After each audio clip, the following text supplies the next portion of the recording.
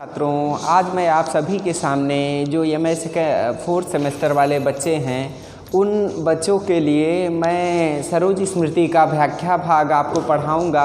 अभी तक छात्रों हमने यहाँ तक कहानी पढ़ी थी कि निराला जी अत्यंत दुखी थे, अपनी पुत्री की मृत्यु पर अत्यंत दुखी थे और वो अपनी पुत्री सरोज की मृत्यु पर कविता लिखते हुए कहते हैं कि हे पुत्री, जब तुम 19 वर्ष तुमने अपने उम्र के 18 वर्ष नहीं पूरे किए, तुमने अपने उम्र के 18 अध्यायों को पूरा किया है और 19वें वर्ष में तुम्हारी मृत्यु हुई है।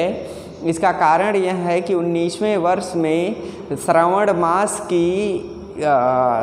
मास की कृष्ण पक्ष के चले जाने के बाद तुम्हारी मृत्यु हुई है, अर्थात तुमने अंधेरे को पार करके उजाले की ओर प्रवेश लिया है। फिर इसके बाद धीरे धीरे निराला जी सरोज के बचपन की स्मृतियों को हमसे साझा करते हैं कि आखिरकार किस तरह से सरोज छोटी थी, वो कैसे हंसती थी, कैसे रोती थी। और इसके बाद सरोज के भाई रामकृष्ण द्वारा एक बार पीट दिए जाने की घटना का भी वर्णन निराला जी सरोज स्मृति में करते हैं कि रामकृष्ण ने सरोज को पीट दिया। फिर इसके बाद जब वो तेज़ी से रोने लगी तो रामकृष्ण ने अपनी माँ के डर से सरोज को यह कहा कि अगर तुम चुप हो जाओगी तो मैं तुम्हें गंगा नदी के किनारे घूमने के लिए चलूँगा।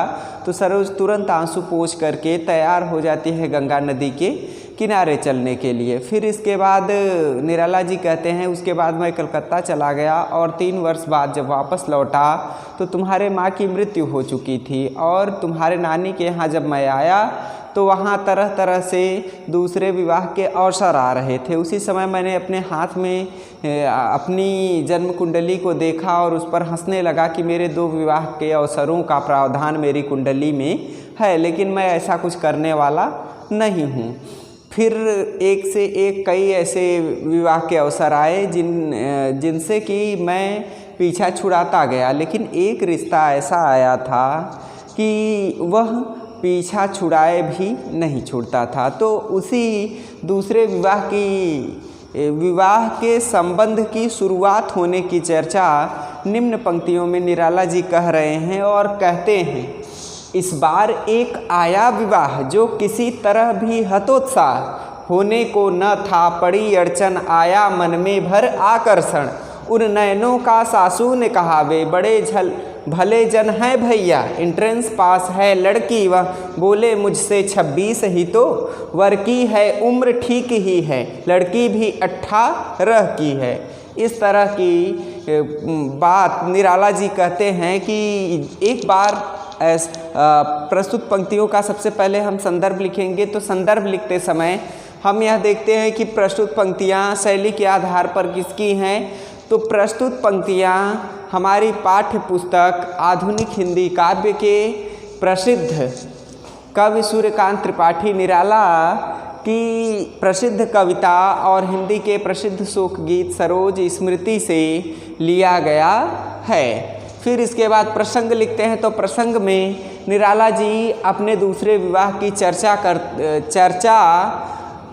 करते हुए आगे कहते हैं, क्या कहते हैं कि क्योंकि अभी मैंने आपको पूर्व में बताया कि कई रिश्ते निराला जी के विवाह के लिए आ रहे थे। जब वो 2 वर्ष बाद लौटते हैं, पुत्री सरोज छोटी थी, तो उस समय एक ऐसे विवाह का अवसर आया था कि इस बार यानी अब कई रिश्तों के आने के बाद एक ऐसे विवाह का अवसर आया था मेरे लिए, एक ऐसे विवाह का मुहूर्त बनाया गया था कि जो किसी तरह भी ऐसे विवाह का रिश्ता था जो किसी भी प्रकार से अर्थात हतोत्साहित होने वाला नहीं था। क्योंकि इससे पूर्व जो रिश्ते आ रहे थे निराला जी के लिए, तो जब सब बात हो जाती थी तो निराला जी कहते थे कि मैं मंगली हूँ।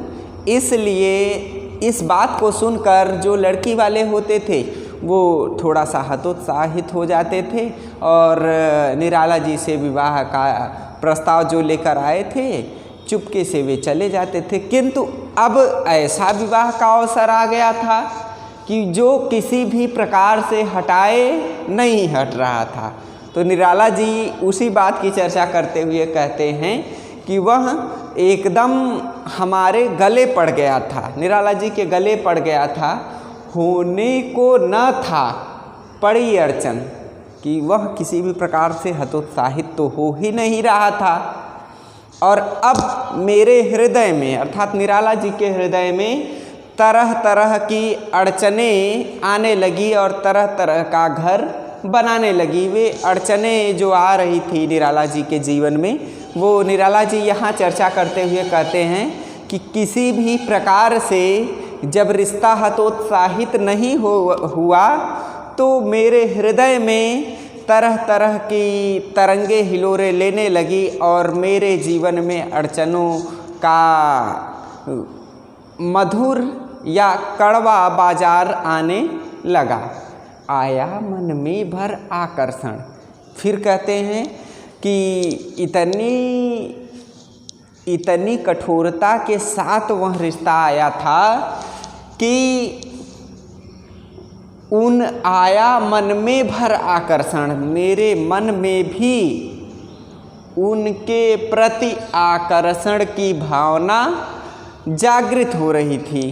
क्यों जागृत हो रही थी? क्योंकि किसी भी प्रकार से वह हतोत्साहित नहीं हो रहा था। फिर आगे निराला जी कहते हैं कि उन नयनों का सासू ने कहा। फिर इसके बाद जब इस तरह का रिश्ता आया और वह किसी प्रकार से नहीं हट रहा था, मेरे मन में भी तरह तरह की तरंगे हिलोरे ले रही थी, तो उस समय लड़की के पिता के नेत्रों को देखकर मेरी सासू माँ कहती हैं, जो गढ़लकोला इनकी सासू माँ रहती थी, वो कहती हैं, क्या कहती हैं, वे बड़े भले जन हैं भैया, कि वो बहुत ही अच्छे लोग हैं भैया, कि अर्थात निराला जी से निराला जी की सासू कहती हैं कि बहुत अच्छा परिवार है, बहुत शिष्ट परिवार है भैया, यदि आप शादी कर लो। फिर आगे कहती हैं उनकी सासू, एंट्रेंस पास है लड़की, वह लड़की क्या है? एंट्रेंस पास है। आप ध्यान दीजिए, एंट्रेंस का अर्थ होता है कि कोई जैसे वर्तमान समय में कोई किसी का कहीं भी एंट्रेंस में एडमिशन हो जाए, जैसे मान लीजिए बीटीसी आप करने जाएंगे, एमए के बाद आप बीएड करते हैं या एमएड करते हैं, तो बीएड का जैसे ही आप एंट्रेंस पास करते हैं तो ये हो जाए कि एंट्रेंस पास है लड़की, वह कि उस लड़की के पास इतनी विद्या है और इतनी बुद्धि है कि उसने एंट्रेंस भी क्वालिफाई कर लिया है, इतनी ज़्यादा बुद्धिमान है, वो बहुत भले लोग हैं और उनकी लड़की भी एंट्रेंस पास कर चुकी है। बोले मुझसे 26 ही तो। फिर इसके बाद कहते हैं कि लड़की का पिता जो था वो मुझसे बोल रहा है कि आपकी उम्र 26 ही तो है, अर्थात आप तो केवल 26 वर्ष के हैं, वर की है उम्र ठीक ही है, अर्थात वर की उम्र बिल्कुल भी सही है, इसमें कोई संदेह नहीं है। लड़की भी 18 की है, कि आप 26 के हैं तो लड़की भी 18 साल की हो चुकी है।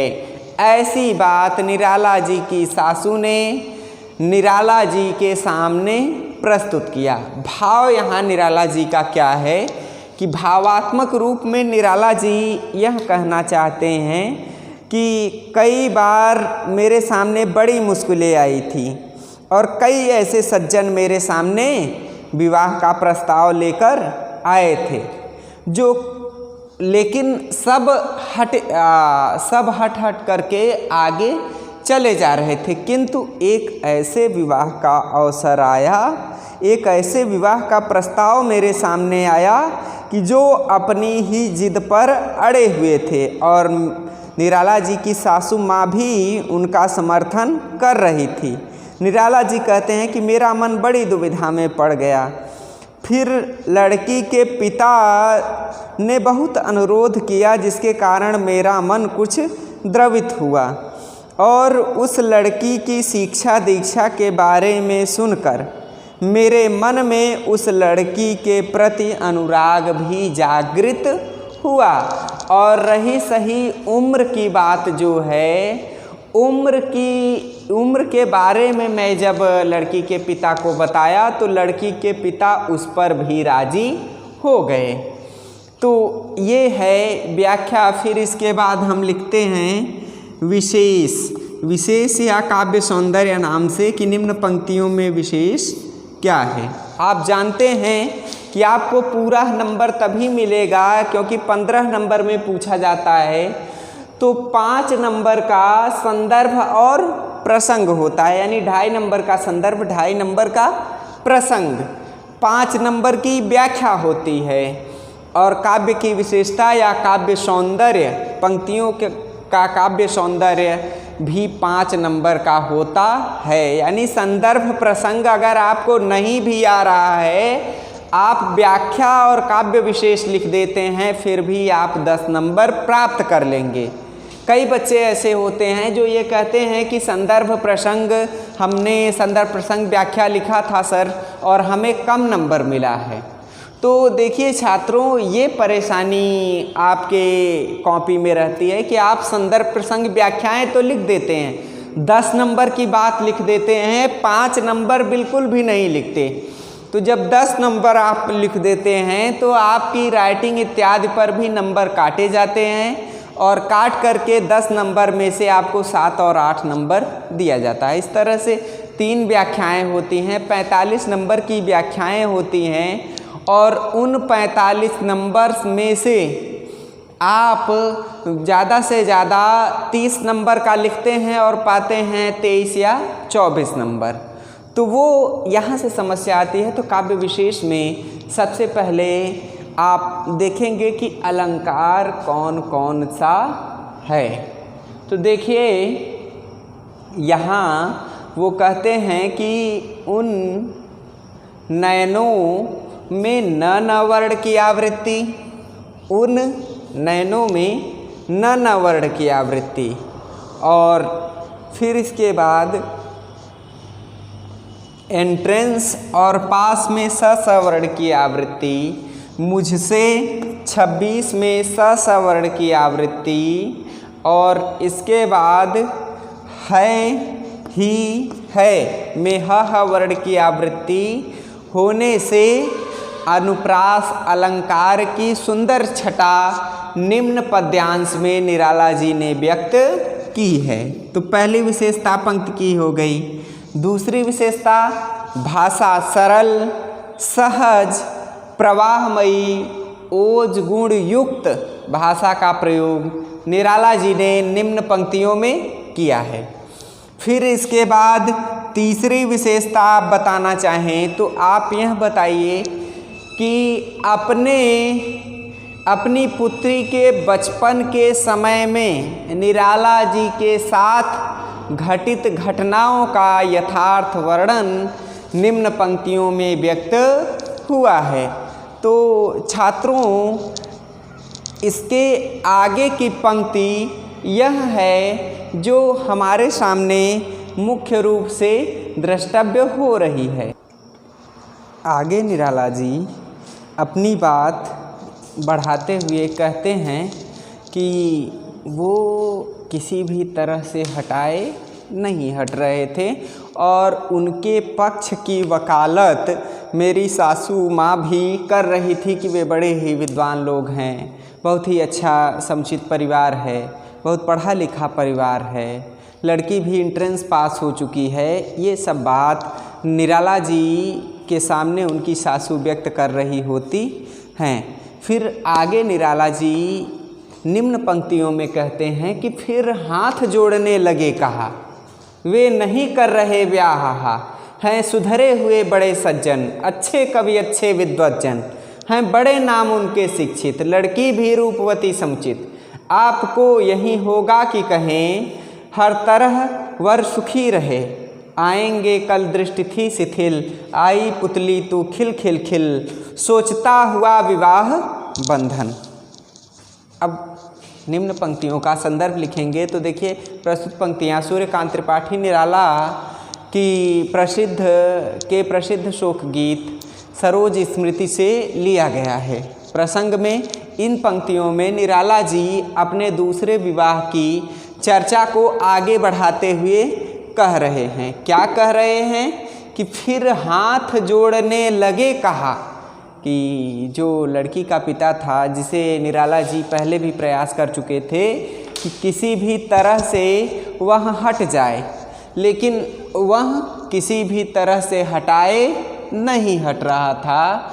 तो निराला जी कह रहे हैं कि जब वह किसी भी प्रकार से हटाए नहीं हट रहा था तो मुझे बड़ी दिक्कत हुई, और फिर सासू भी जब उनकी वकालत करने लगी, उसके बाद जब वे चलने को उत्सुक हुए तो वो हाथ जोड़ने लगे, और हाथ जोड़कर लड़की के पिता ने कहा कि लड़की के पिता क्या कह रहे हैं कि वे नहीं कर रहे ब्याह, कि अर्थात निराला जी यहाँ कह रहे हैं कि वो अपने सासू से, निराला जी अंदर कह रहे थे कि वो ब्याह नहीं करने वाले हैं, है सुधरे हुए बड़े सज्जन।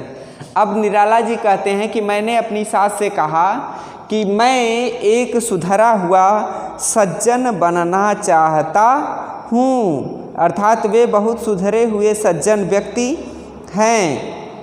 और फिर लड़की के पिता ने क्या कहा कि जब अंदर निराला जी कह रहे थे कि वे ब्याह नहीं कर रहे हैं, तो निराला जी के सामने बरामदे से लड़की के पिता ने कहा कि हैं सुधरे हुए बड़े सज्जन, कि निराला जी एक सुधरे हुए शिष्ट सभ्य बड़े सज्जन व्यक्ति हैं, अच्छे कवि, और कवियों में भी श्रेष्ठ कवि के रूप में विख्यात हैं, अच्छे विद्वत जन, और निराला जी अच्छे विद्वान व्यक्ति भी हैं। ऐसा जो लड़की का रिश्ता लेकर निराला जी से विवाह के लिए आए थे, उन्होंने कहा कि निराला जी सज्जन हैं, निराला जी श्रेष्ठ कवि हैं, और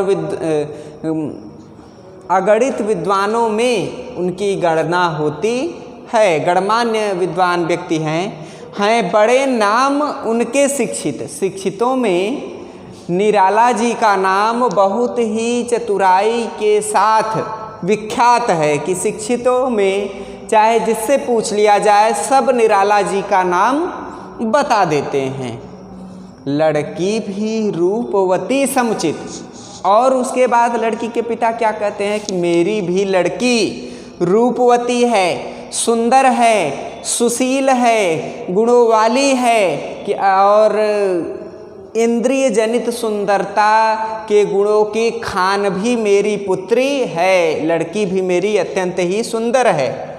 आपको यही होगा कि कहें कि आपके लिए मैं यही कल्पना करूँगा कि आप विवाह कर लेंगे, तभी हर तरह वर सुखी रहे, तभी आपका जीवन प्रत्येक प्रकार से सुखी हो जाएगा। हर तरह वर सुखी रहे, कि यहाँ निराला जी के रिश्ते की बात लेकर आए हुए लड़की के पिता कह रहे हैं कि जीवन में एक ही अधूरापन है निराला जी के, कि वे अच्छे विद्वान हैं, बड़े सज्जन व्यक्ति हैं, और इसके अलावा उनका शिक्षितों में नाम भी बहुत बड़ा है, लेकिन एक ही कमी उनके जीवन में है, वह है विवाह की पत्नी की। तो मेरी भी पुत्री पढ़ी लिखी हुई है, सभ्य है, सुंदर है, सुशील है, और यदि वे विवाह कर लेते हैं तो निराला जी के जीवन की वह कमी भी दूर हो जाएगी, हर तरह से निराला जी का जीवन सुखी रहेगा।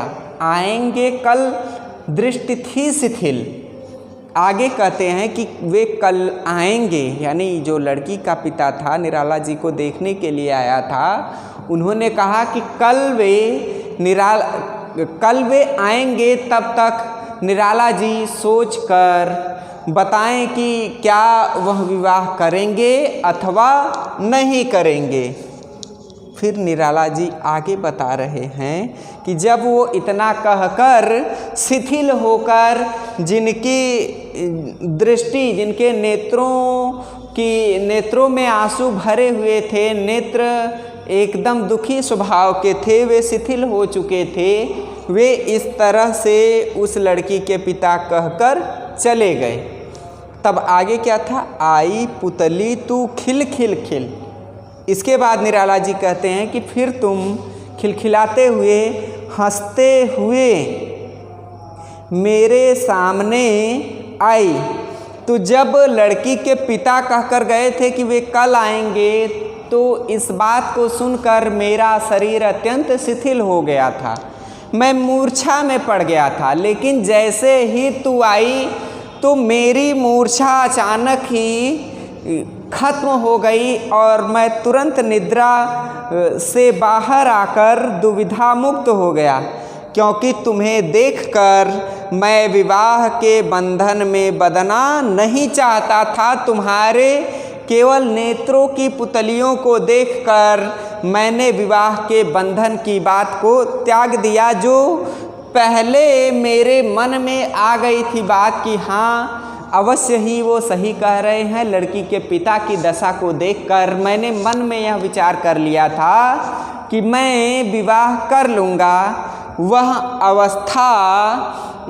अवस्था मुझे शिथिल करने वाली थी, लेकिन तुम्हारे आने पर ही हे पुत्री मैंने उस बात को त्याग दिया और मैं विवाह के बंधन में बंधना नहीं चाहता था। इसलिए क्योंकि इसलिए कि विवाह करके मैं तुम्हारे लिए पुत्री तुम्हारे लिए मुसीबत मोल लेना नहीं चाहता था।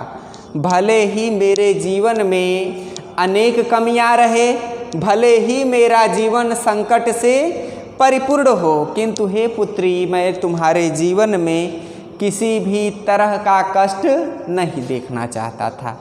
फिर जब व्याख्या हो गई तो काव्य सौंदर्य लिखते हैं, पद्यांश का सौंदर्य हम लिखते हैं। तो पद्यांश के सौंदर्य में हम क्या लिखेंगे? देखिए छात्रों, फिर हाथ जोड़ने लगे कहा। अब यहाँ आप देखेंगे तो ऊपर की पंक्ति में अलंकार ढूंढने पर कोई अलंकार नहीं मिल रहा है। अब यहाँ देखिए दूसरी पंक्ति में कर रहे में र वर्ण की आवृत्ति, फिर इसके बाद अच्छे अच्छे, यहाँ पर छ और अ वर्ण की आवृत्ति हुई है। अब शब्द की आवृत्ति तो हुई है, लेकिन अर्थ अलग अलग थोड़ी ना निकल रहा है, अच्छे का अर्थ विशिष्ट से ही निकल रहा है।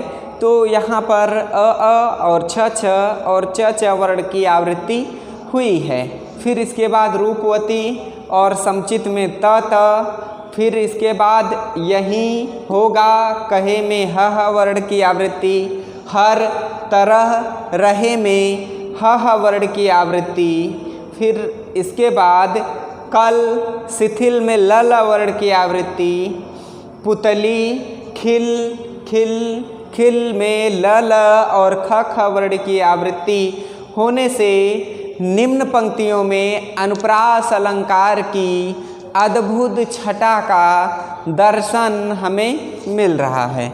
फिर इसके बाद दूसरी इन पंक्तियों की विशेषता यह है कि इन्होंने व्यवहारिक और संकल्पनात्मक सुंदरता का चित्रण निम्न पंक्तियों में किया है। इस बात का चित्रण ये कर रहे हैं। फिर इसके बाद इसकी भाषा को लेकर तीसरी बात आप लिखेंगे कि इसकी भाषा सरल, सहज, प्रवाहमयी, खड़ी बोली का उपयोग निराला जी ने निम्न पंक्तियों में व्यक्त किया है। अब इसके बाद अगली पंक्ति है, इसके आगे निराला जी कहते हैं कि कुंडली देखा बोला ऐ लो, आई तू दिया कहा खेलो, कर स्नान शेष उन्मुक्त केश, सासू जी रहस्य स्मित सुवेश, आई करने को बातचीत, जो कल होने वाली अजीत, संकेत किया मैंने अखिन्न, जिस ओर कुंडली छिन्न भिन्न, देखने लगी दे विस्मय भर, तू बैठी संचित टुकड़ों पर। अर्थात कहते हैं निराला जी, हे पुत्री, जब दूसरे विवाह की चर्चा मेरे चल रही थी और उस समय एक ऐसा रिश्ता आया था कि जो किसी भी तरह से यह मानने को तैयार नहीं था कि आखिर आपका, निराला जी कहते हैं कि आखिर मेरे विवाह की अर्जी पर वह अडिग हो गया, किसी भी तरह से हटाए नहीं हट रहा था। तो उसके बाद जब तू आई पुत्री और तुम्हें देखकर मेरे मन में भी जो विचार आ रहे थे, मैंने उन विचारों को त्याग दिया। और विचारों को त्यागने के बाद मैंने जो कुंडली मेरी थी मैंने देखा और उसे तुम्हारे हाथों में दिया और देकर कहा, ये लो हे पुत्री, तुम मेरी कुंडली ये लो, खेलो। ये लेकर के क्या करो, आई तू दिया कहा खेलो, कि ये लो और इस कुंडली को लेकर खेलो। अपने नए नए खेल जो होते हैं, जैसे छोटे बच्चे होते हैं तो कागज़ की वो नाव बनाते हैं, कागज़ का हवाई जहाज़ इत्यादि बनाते हैं। तो तुम्हें खेलने के लिए मैंने मेरे जीवन की जो कुंडली बनी थी, जिसमें 2 विवाह लिखे हुए थे और एक रिश्ता भी आ गया था, तो तुम्हें देखकर मैंने उन विचारों को त्याग कर तो वो कुंडली ली और तुम्हें दिया। और मैंने कहा कि तुम ये कुंडली लो और खेलो, कर स्नान शेष उन्मुक्त केश। और फिर उसके बाद मैंने क्या किया, मैंने उस समय उस कुंडली को फाड़ करके उसके टुकड़े टुकड़े किए और तुम उसी टुकड़ों से खेलने लगी, कर स्नान शेष उन्मुक्त केश। फिर उसके बाद निराला जी कहते हैं कि मैंने उस समय मैंने तुम्हें देखा कि तुम कैसी लग रही हो। तब तक सासू माँ स्नान करके और अपना बाल खुला छोड़ करके आई तो देख रही हैं कि रहस्य स्मित सुवेश की, यह क्या रहस्य है कि अपनी कुंडली ही फाड़ करके अपनी पुत्री को दे दिया और कहा कि खेलो। तो वह अत्यंत स्मित यानी भौचक्का होकर उस दृश्य को निराला जी की सासू देखने लगी। आई करने को बातचीत। फिर इसके बाद उनकी सासू माँ क्या करने लगी, आई करने को बातचीत, कि वो जो सज्जन विवाह की बातचीत करने के लिए पुनः कल आने वाले थे, उससे पहले मेरी सासू माँ आज ही मेरी स्वीकृति लेने वाली थी। आई करने को बातचीत, जो कल होने वाली अजीत, अर्थात जो कल होने वाली बातचीत थी, जो बात व्यवहार होना था, उसके संदर्भ में मेरी सासू माँ मुझसे आज ही बातचीत करने के लिए आ रही थी। संकेत किया मैंने अखिन्न। फिर उसके बाद क्या किया, निराला जी कहते हैं कि संकेत किया मैंने अखिन्न, अर्थात उस समय मैंने अपनी सासू माँ से उस समय तुरंत ही संकेत कर दिया, केवल संकेत कर दिया कि सरोज जिस कुंडली को लेकर, जिस ओर कुंडली छिन्न भिन्न, अर्थात सरोज के ऊपर जहाँ मैंने कुंडली को फाड़ कर फेंका था और सरोज ने उस कुंडली को और फाड़ दिया, उस कुंडली की ओर मैंने केवल संकेत किया कि ये देख लीजिए कि मेरी कुंडली में 2 विवाह लिखे हैं, लेकिन मैं इस बात को झुठलाने के लिए एक विवाह करूंगा। अर्थात मैंने केवल प्रसन्न चित्त मुद्रा में केवल इतना संकेत कर दिया कि मैं एक ही विवाह करने वाला हूँ। फिर उसके बाद क्या हुआ कि देखने लगी दे विस्मय भर, तू बैठी संचित टुकड़ों पर। फिर सासू माँ बड़े विस्मय से उस दृश्य को देखने लगी। उसी दिन से दूसरे विवाह से संबंधित अध्याय मेरे जीवन का सदैव के लिए समाप्त हो गया। फिर इसके बाद हम क्या लिखते हैं? काव्य सौंदर्य। तो काव्य सौंदर्य में छात्रों सबसे पहली बात जो हम लिखते हैं वह यह लिखते हैं कि जो पंक्तियां हैं उन पंक्तियों की विशेषता क्या है। काव्य विशेष लिख देंगे या काव्य सौंदर्य लिख देंगे या विशेष लिख देते हैं, चाहे कुछ भी इस तरह इन तीनों शब्दों में से आप लिख दीजिए। तो देखिए यहाँ कुंडली और बोला लो में ल ल वर्ण की आवृत्ति। फिर इसके बाद आप देखिए अगली जो पंक्ति है, सासू जी स्मित और सुवेश में स वर्ण की आवृत्ति होने से अनुप्रास अलंकार की सुंदर छटा निम्न पंक्तियों में दृष्टिगोचर हो रही है। फिर इसके बाद दूसरी महत्वपूर्ण बात इस पंक्ति में क्या है कि भाषा सरल सहज प्रवाहमयी खड़ी बोली का उपयोग किया गया है। तीसरी विशेषता इन पंक्तियों की क्या है? तीसरी विशेषता यह है कि अपने जीवन की कठिनाइयों को निराला जी पार करके आगे बढ़ जाते हैं और अपने जीवन की कठिनाइयों को पार करते हुए अत्यंत प्रसन्न चित्त भाव का दर्शन करते हैं।